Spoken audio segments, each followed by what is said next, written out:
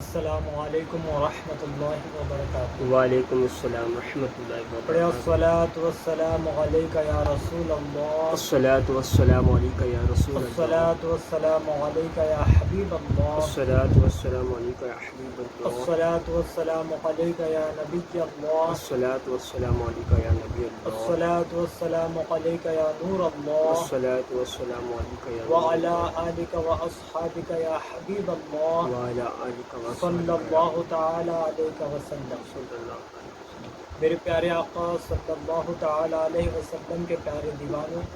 آج کا جو درس تھا ہمارا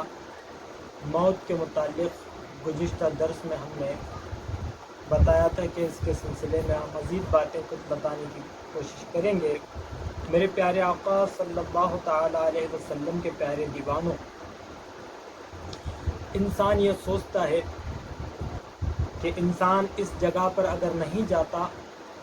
تو موت سے بچ جاتا، لیکن یاد رکھو ہمیں یہ عقیدہ دیا گیا ہے کہ ہمارے عقائد یہ ہیں کہ انسان کی موت کا وقت اور جگہ متعین ہے۔ یہی سوچ منافقین اور یہود میں تھی کہ انہوں نے میدان جنگ میں جانے والے شہدائے احد پر یہ زبان ملامت کی کہ یہ لوگ میدان جنگ میں نہ جاتے تو شہید نہ ہوتے اور زندہ رہتے، یہ ان کا عقیدہ تھا۔ لیکن اسلام یہ تصور دیتا ہے کہ انسان کی موت کا وقت اور اس کی جگہ متعین ہے، لیکن ہمیں یہ تاکید کی گئی ہے کہ موت آنے سے پہلے اس کی تیاری کریں۔ میرے پیارے آقا صلی اللہ تعالی علیہ وسلم کے پیارے دیوانوں، جب صحابہ کے اندر بھی یہ سوچ رہتی تھی کہ انسان کی جگہ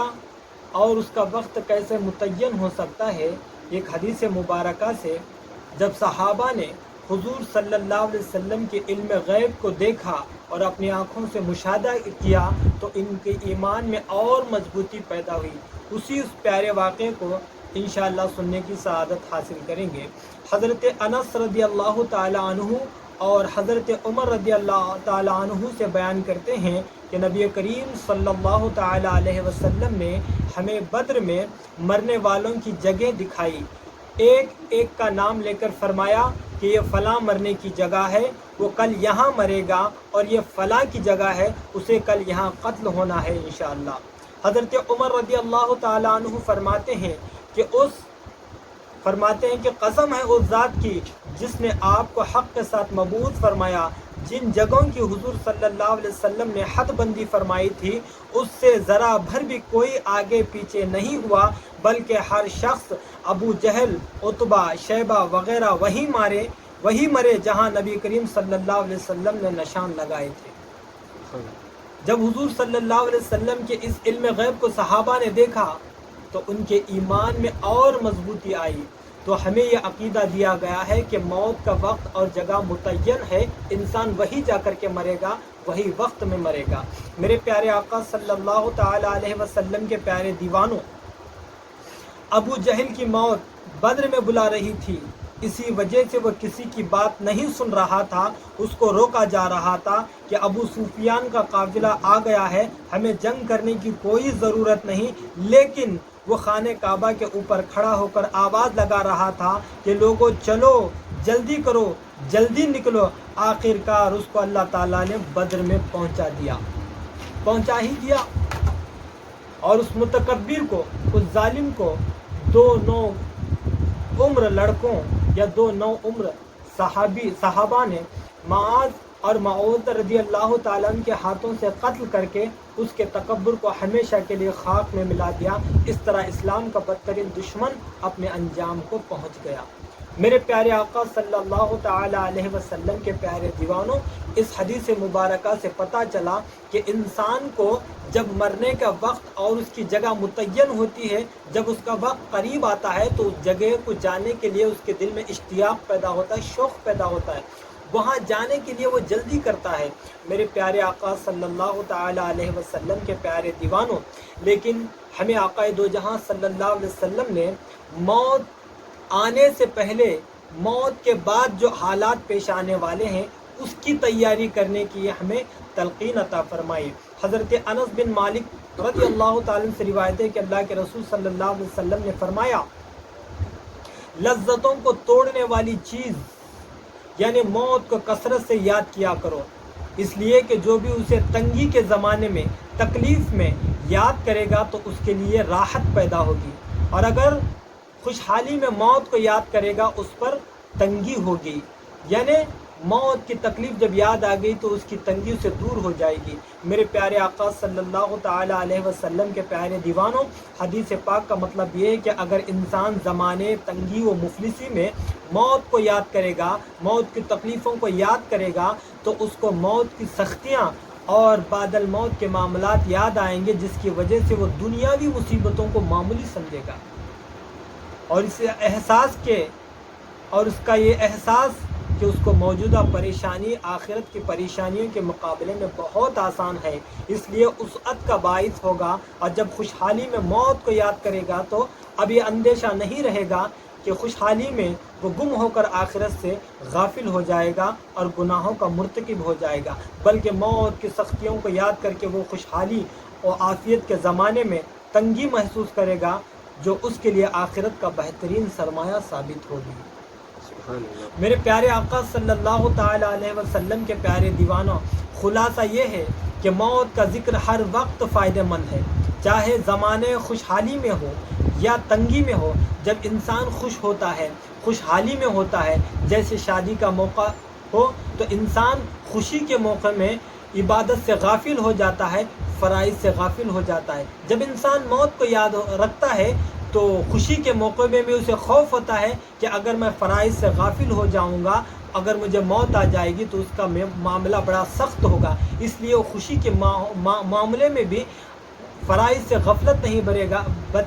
برتے گا، انشاءاللہ اللہ کے خوف سے وہ عبادت میں مصروف رہے گا، اس خوشی کو معمولی سمجھے گا۔ میرے پیارے آقا صلی اللہ علیہ وسلم کے پیارے دیوانوں، جب تکلیف اور مصیبت میں موت کو یاد رکھے گا تو اس کی مصیبتیں اس کے سامنے کم نظر آئیں گی، یہ اس کا فائدہ ہے۔ میرے پیارے آقا صلی اللہ تعالیٰ علیہ وسلم کے پیارے دیوانوں،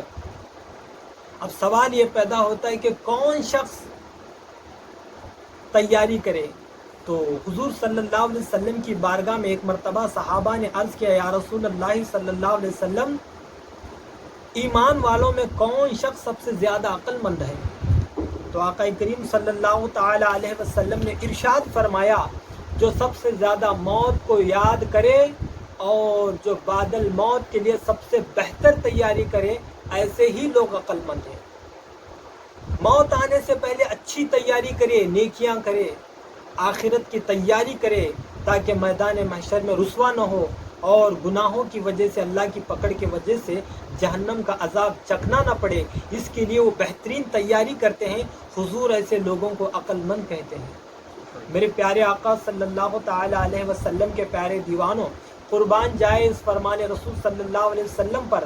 آج دنیا والے سب سے زیادہ مال حاصل کرنے والے کو عقل مند کہتے ہیں، چاہے وہ آخرت کی فکر کرتا ہو یا نہ کرتا ہو،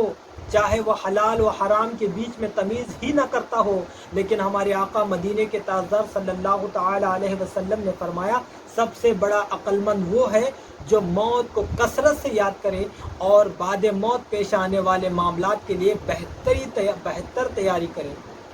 آخرت کے لیے اعمال حسنہ کا ذخیرہ اندوزی کر لے۔ لیکن آج کے دور میں ایسے لوگوں کو کیا کہا جاتا ہے؟ بیچارہ کہا جاتا ہے، عاجز کہا جاتا ہے اور مجبور کہا جاتا ہے، لیکن انہیں مایوس ہونے کی ضرورت نہیں، کیونکہ دنیا والوں کی نظر میں اگرچہ وہ عاجز و مجبور ہیں، لیکن اللہ کے رسول صلی اللہ علیہ وسلم کے نزدیک وہ سب سے زیادہ عقل مند ہے۔ جسے حضور عقل مند کہے پھر کون ہو سکتا ہے عقل مند؟ اللہ اکبر۔ میرے پیارے آقا صلی اللہ تعالیٰ علیہ وسلم کے پیارے دیوانوں،